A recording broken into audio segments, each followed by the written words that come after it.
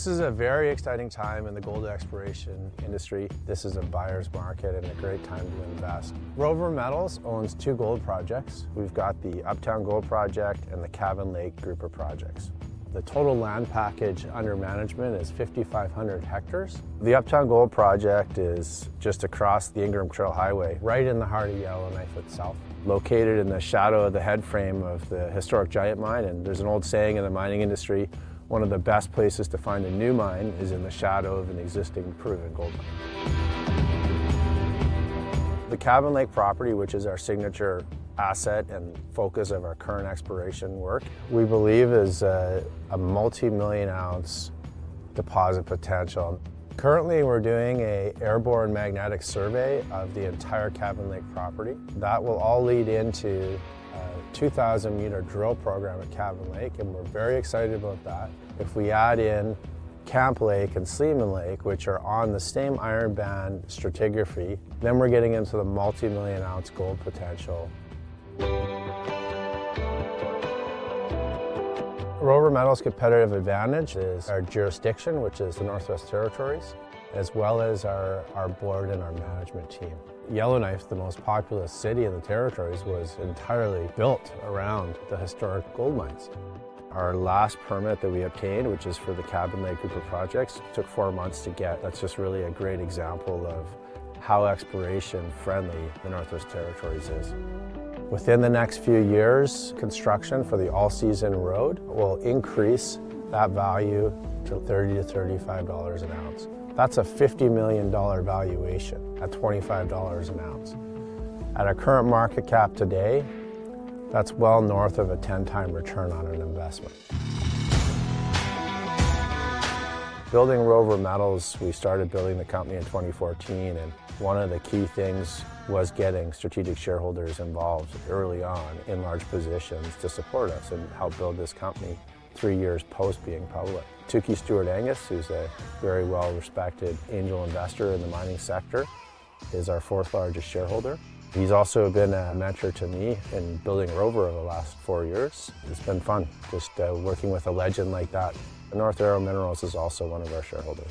As a younger management team, we've got the horsepower and the patience to build this company the way it needs to be built. So we're incredibly excited about taking these projects to the next level, and that's what we're doing.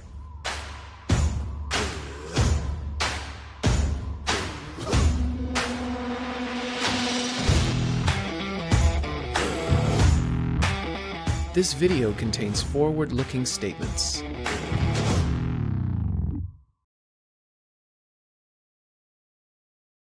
Welcome to Proven and Probable. I'm your host, Maurice Jackson. Joining us for a conversation is Judson Coulter, the CEO and Director of Rover Metals. Mr. Coulter, welcome to the show. Hey, thanks for having me, Maurice. Having me back, actually. Well, glad to have you back on the program.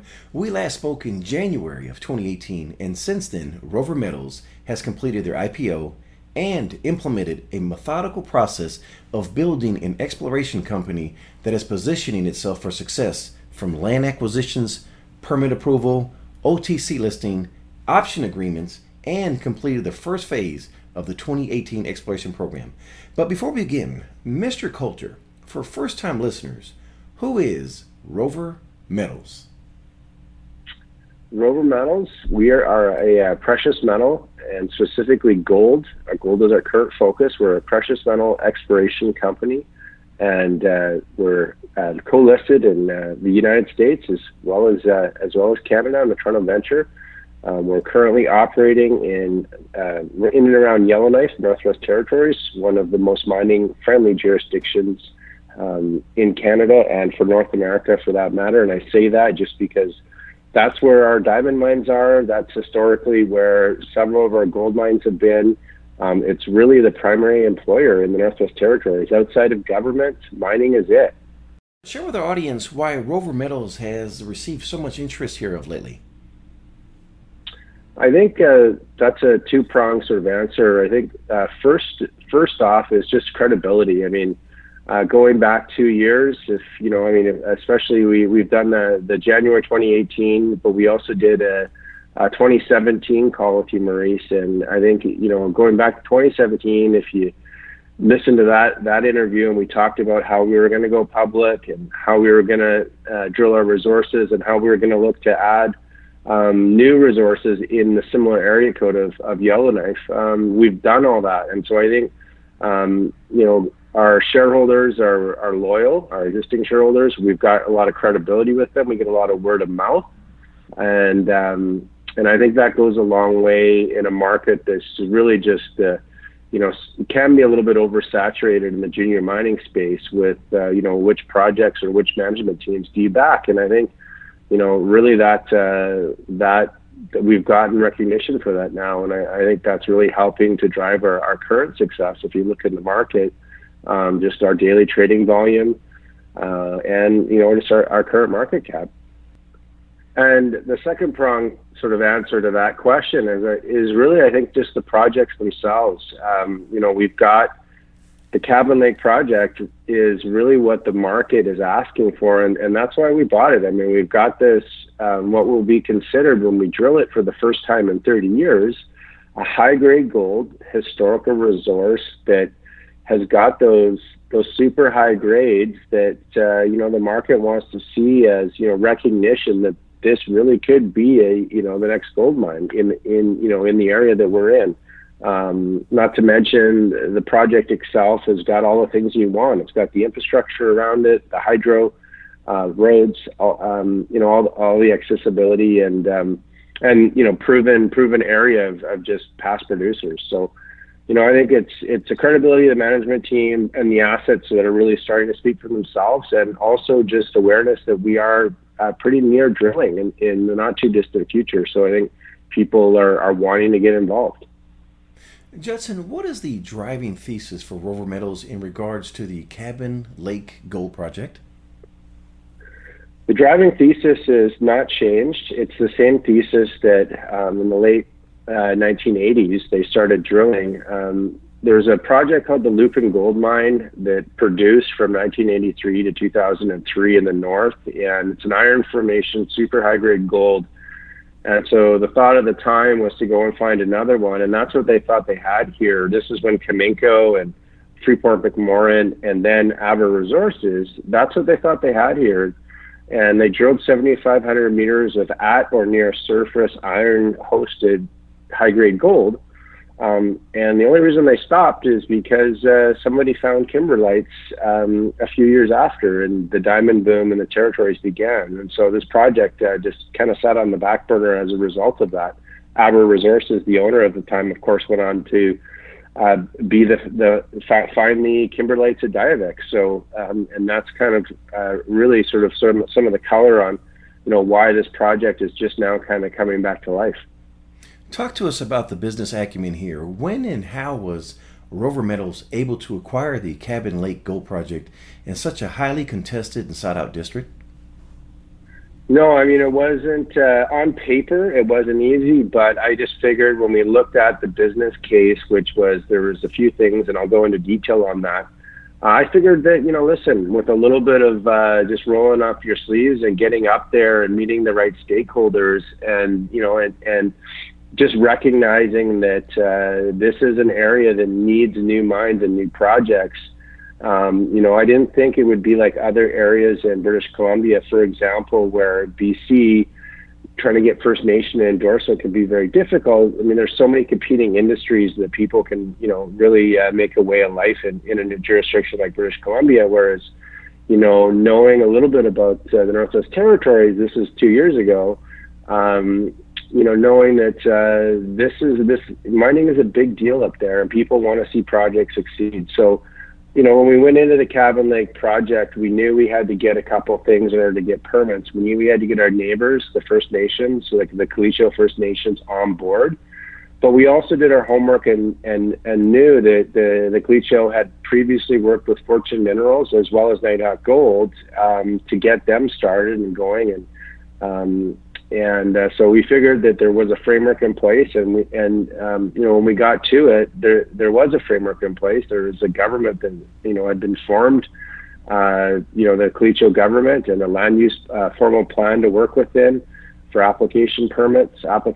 And so once we got to it, it ended up only being 4 months to get it permitted. And I think, it seemed to keep getting easier for us. And it ended up being a decision that looks like that was the right one to make. Regarding mineral rights in your project portfolio, are there any reversionary interests? In terms of NSRs, that kind of thing? Yes, sir. Yeah, there is. There's a 1.5% NSR that we've got viable down to a half percentage point for $250,000 per quarter percentage. That's Canadian dollars. And does Rover Metals own the mineral rights outright 100%? That's correct. Yeah, not just at Cabin Lake, but at the Cabin Lake group of projects. The claims themselves are 10 kilometers apart, so there's 3 of them. For the entire group of projects, yes, we have the 100% mineral right interest. Let's fast forward to 2018 and discuss your exploration program. What were the results from that program, and how has that improved the confidence in the gold project? Yeah, it helped us to better track. What we did is to better track the iron formation. So what we did was we spent the 6 months from March when we acquired the project into October really to digitize all the historical records. So at the time in the 80s, it was meticulously kept, but it was handwritten. So we digitized 7 banker boxes of data as well as 3 map boxes. And then we, put that in a GPS and, tag the colors and everything else. And then what we wanted to do to follow on with that data was to run, a current modern day geophysical program. And there was a lot of options to us to do it in a really economical manner, but also to do it in a very detailed, tight formation using a drone. And because the mineralization occurs at or near surface, as well as the iron formation itself being at or near surface, it really showed up well on the magnetic survey that we flew over the property. And so by interlaying the drill results as well as the mag survey, our geologist was able to get a better interpretation of the iron formation throughout the project, and that really set the stage for where we were going to put the drill when we get to drilling this year in 2019. It actually beyond just the iron formation, what we also realized about the project is the outcropping on either side is quartz, and historically the quartz had never been tested for mineralization. And so we also did a geochemistry program in October. And what that showed us is the ppm and ppb reading of gold on, from, the quartz outcrop area suggests that that's also very likely to be a host for gold on this project, and it's never been tested historically. So, that's the excitement of 2018 and what's led into, so since October, we've then planned, our callers for the 2019 drill program, which was always planned to be between March and the end of April. And we're still trying to hold to that deadline. We've got the callers ready to go. I mean, right now, I think what we're needing to do to really just start drilling is just a small financing that we'll be talking about probably in the coming week or two here. So to review the value proposition we have before us, this is potentially an open pitable early stage brownfield exploration gold project with historical high grade resource next to a new cobalt gold mine. Is that correct? Yeah, and that's one thing I didn't touch on is the actual historical resource itself. That's 85,000 ounces. There's the part of that is, I would say, unconfirmed in terms of what our current standards allow us to document as a historical resource. So what we're allowed to document, in press releases and everything else is 50,000 ounces of roughly 10 to 12 grams per ton. The rest of that 35,000 ounces was never signed off by a QP, but it is in the Norman database in the Northwest Territories, and it's in the areas of the Andrews Zone, which we've documented. So honestly, there was part of internally, we believe that that's a resource, and we're going to do the work we need to do under 43-1 standards to take that other 35,000 ounces and get it compliant.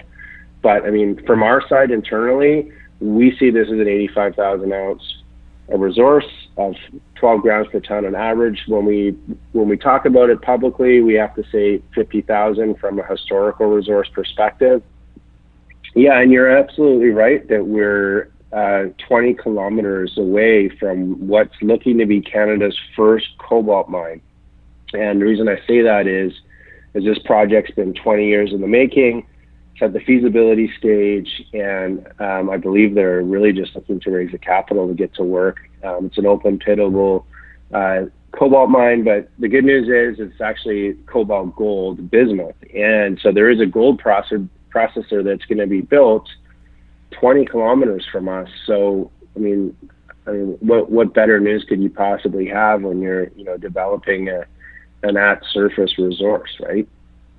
The location in of itself makes the opportunity quite interesting, but to have open pit to me is icing on the cake. Is the goal to sell the project or develop into a commercial scale mine? Definitely the goal is to sell it within the next 3 years. And so I want to put $10 million in the ground, and let's get this wrapped up and sold. End of story. What can you share with us regarding the infrastructure? Infrastructure. So what you see in Yellowknife right now is what's going to be coming in the pipeline in the next 2 to 3 years is the Pine Point zinc mine is going back into production, and that's a Cisco. And part of that is twinning the Tolston Hydro Dam and bringing that into Yellowknife itself, as well as Hay River. And there's going to be federal funding allocated, as well as territorial, to doing an environmental study that should be announced in fairly short order this year.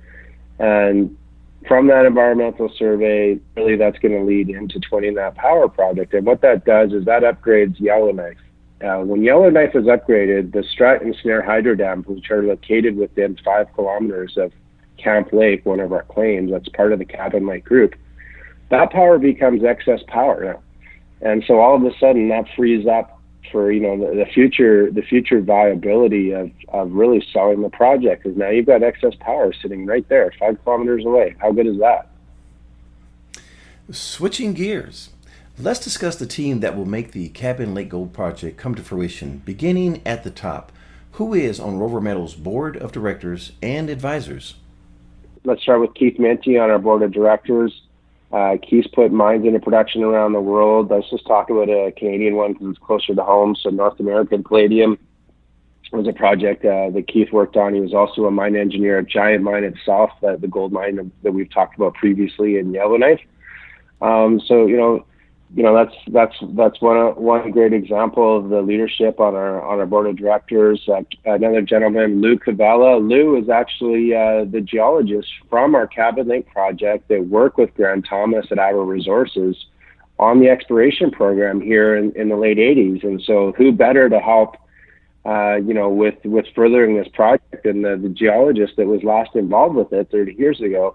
Not to mention, no one probably knows the rocks and the geology of the Northwest Territories better than Lou Cavella, being co-founder of Cavella Bryant and Associates, which is now, of course, Aurora Geosciences in Yellowknife. So, I mean, great guy to have for a northern project. Another one of our from a permitting and political perspective.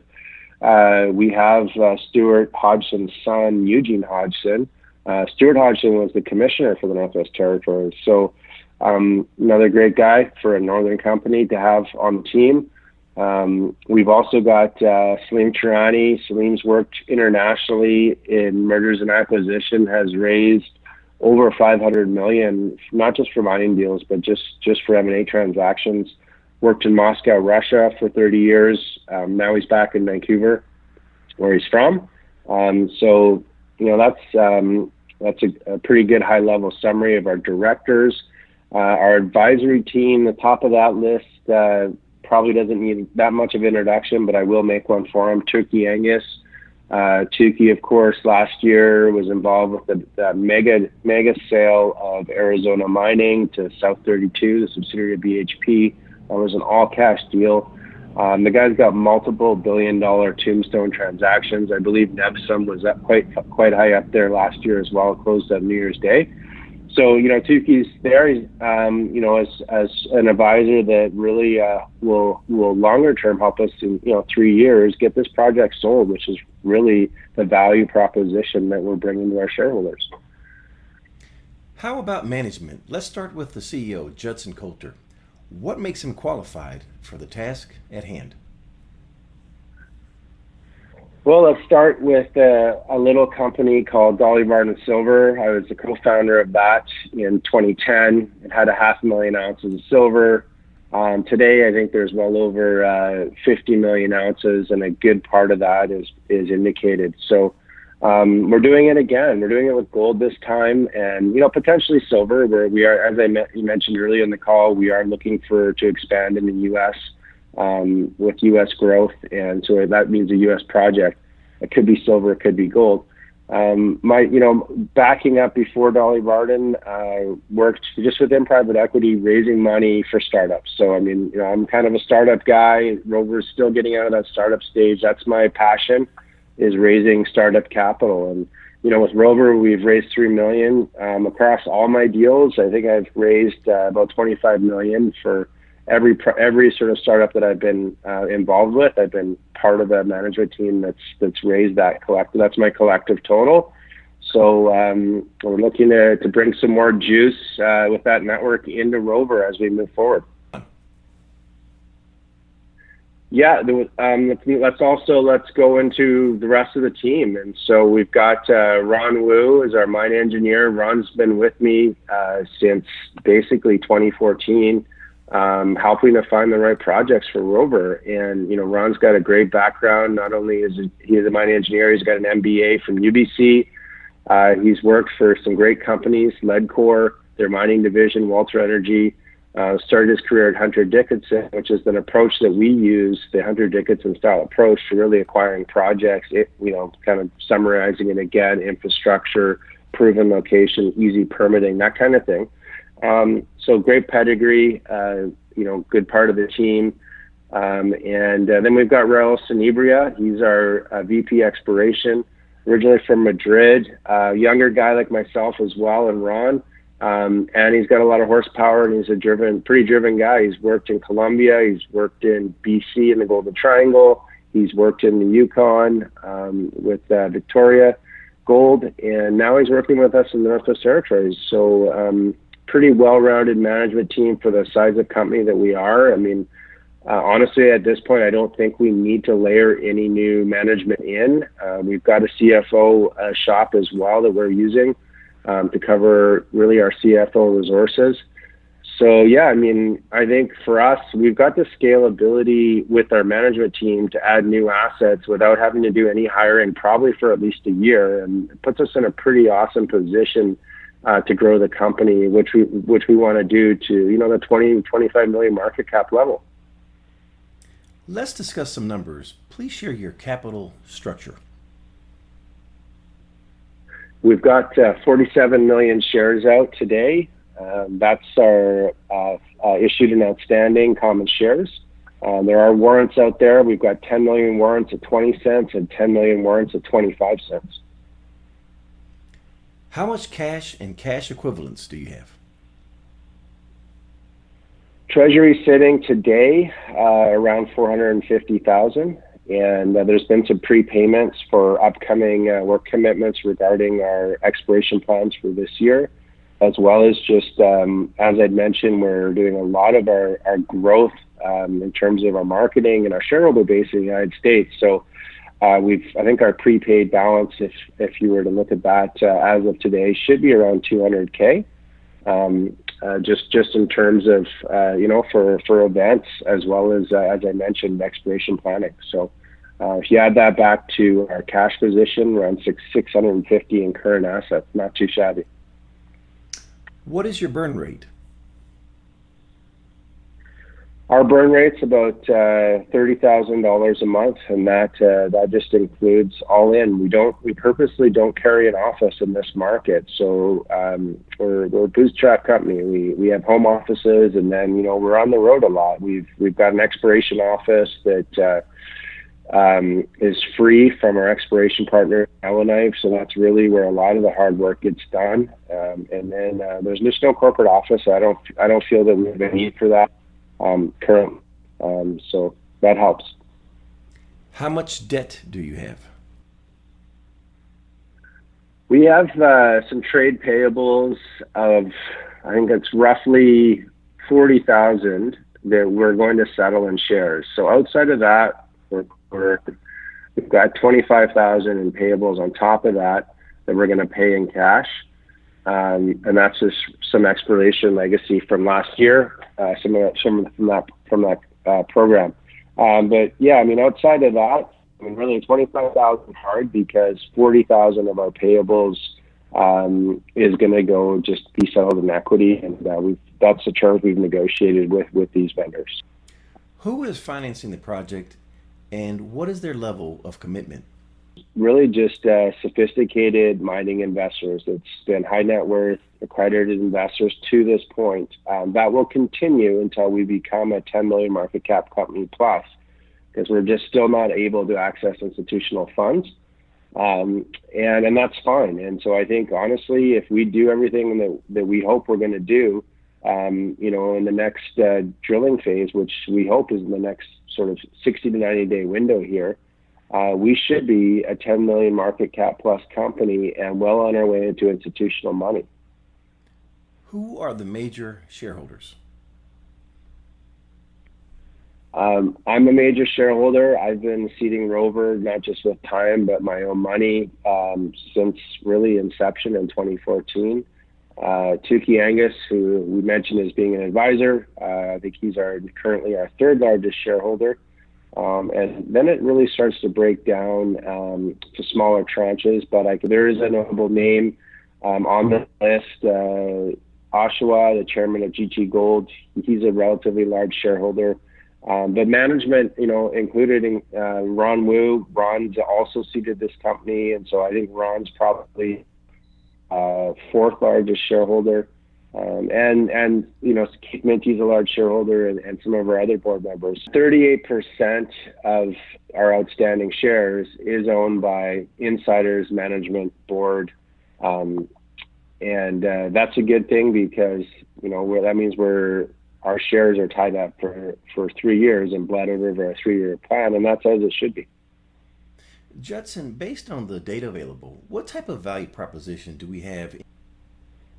Well, that's the market price. Let's just say, I think it should be $8.5 million just on what we sit on today. Like, that's my personal opinion. I think we're undervalued, but that's just the reality of resource stocks in North America. So we're gonna do what we need to do to take that historical resource and bring it up to current standards, as well as to just extend where they stopped drilling and to show that this really is a multi-million ounce potential asset. I think we can get there with the drill program that we're planning.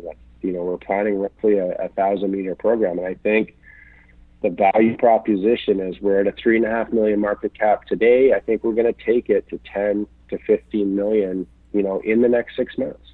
Hold me to that. I certainly will, sir. Multi-layered question here. What is the next unanswered question for Rover Metals? When can we expect a response? How much will the response cost? And what determines success? That's going to be our Q1 or Q2 exploration drill campaign. I'm just going to caveat that is subject to a future success financing effort, which we hope to announce in roughly 2 weeks' time. That will lead into confirmation of the historical high-grade gold results, such as the open pit economics, expand upon the known mineralization in the iron formation, as well as to prove up a larger area play, and this is more Q2, Q3 work for the Slemon Lake and Camp Lake claims, which are located 10 kilometers northwest from Cabin Lake. And we'll fly that with an aerial V10 survey. And what that'll show is that the drilling we've done at Cabin Lake and the iron formation really just, those other two claims are, a district scale extension of the same geology, which everything that we've read historically shows us it is. Mr. Coulter, last question. What did I, forget to ask?